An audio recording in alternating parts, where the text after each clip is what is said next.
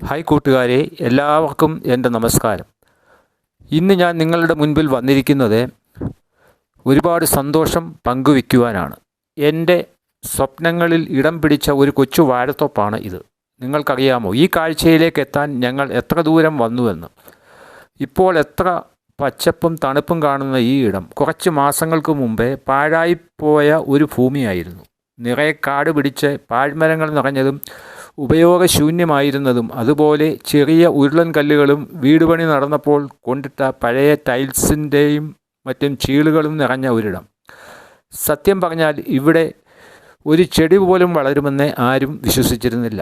എന്നാൽ ആ പാഴായിപ്പോയ ഭൂമി ഇന്ന് ജീവസുറ്റ ഒരു പച്ചത്തുരുത്തായി മാറിയിരിക്കുന്നു.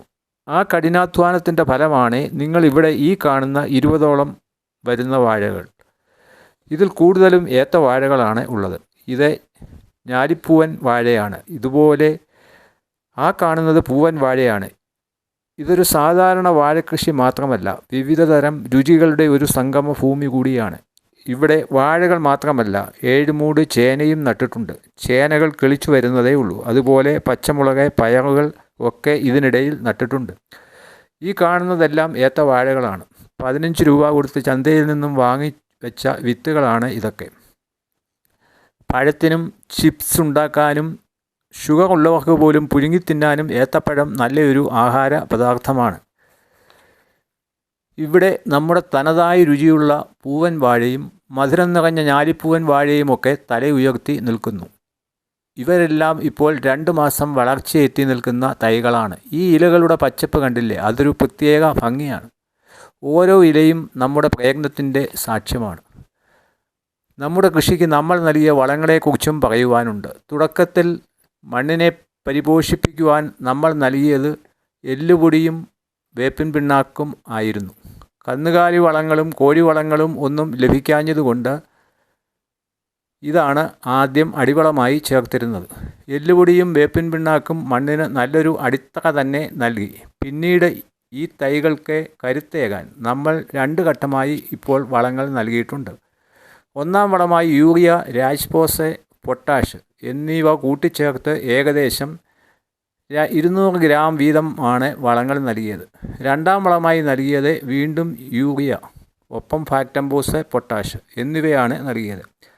അതും ഏകദേശം 200 ഗ്രാം വീതം ചേർത്ത് നൽകുകയുണ്ടായി. ചെടികൾക്ക് ആവശ്യമായ നൈട്രജൻ, ഫോസ്ഫറസ്, പൊട്ടാഷ് അതായത് NPK വളങ്ങൾ എല്ലാം ശരിയായ സമയത്ത് തന്നെ നൽകിയതാണ് ഈ തൈകളെ ആരോഗ്യപരമായി വളരുന്നതിന് സഹായിച്ചിട്ടുള്ളത്.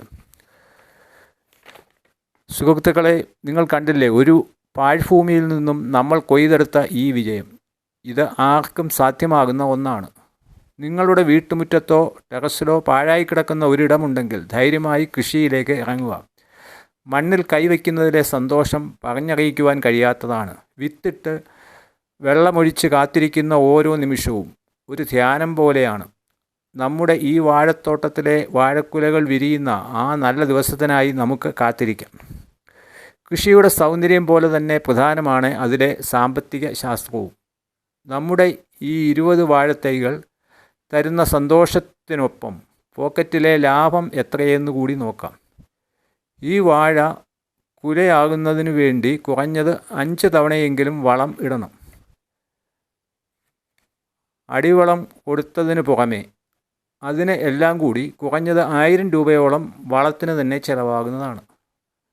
വാഴക്കുല ഒന്നിന് 300 രൂപ വെച്ച് കിട്ടുകയാണെങ്കിൽ 20 വാഴയ്ക്ക് 6000 രൂപയോളം കിട്ടും. അപ്പോൾ നമ്മുടെ കയ്യിൽ അറ്റാദായമായി ലഭിക്കുന്നത് ഏകദേശം 5000 രൂപയോളമാണ്. നേരത്തെ കേടായി കിടന്ന ഈ ഭൂമിക്ക് യാതൊരു വിലയുമില്ലായിരുന്നു. ഇപ്പോൾ ഈ ഭൂമി നമ്മൾ കൊടുത്ത വളത്തിൻ്റെ 5 ഇരട്ടി പൈസ തിരിച്ചു തന്നിരിക്കുന്നു. നിങ്ങളുടെ കഠിനാധ്വാനം, മണ്ണിൽ നിങ്ങൾ നടത്തിയ ഇടപെടലുകൾ എല്ലാറ്റിനും ഉടനെ പ്രതിഫലം 5000 രൂപയാണ്. വിഷമില്ലാത്ത കുലകൾ വീട്ടാവശ്യത്തിന് ലഭിക്കുന്നത് മറ്റൊരു ബോണസാണ്. ആ സന്തോഷത്തിന് വിലയിടുവാൻ നമുക്ക് കഴിയുകയില്ല. നിങ്ങളുടെ പ്രോത്സാഹനമാണ് എൻ്റെയും പ്രചോദനം. ഈ യാത്രയിൽ നിങ്ങൾ കൂടെ ഉണ്ടാകണം. എല്ലാവർക്കും ഒരു നല്ല ദിവസം ആശംസിച്ചുകൊണ്ട് നന്ദി, നമസ്കാരം.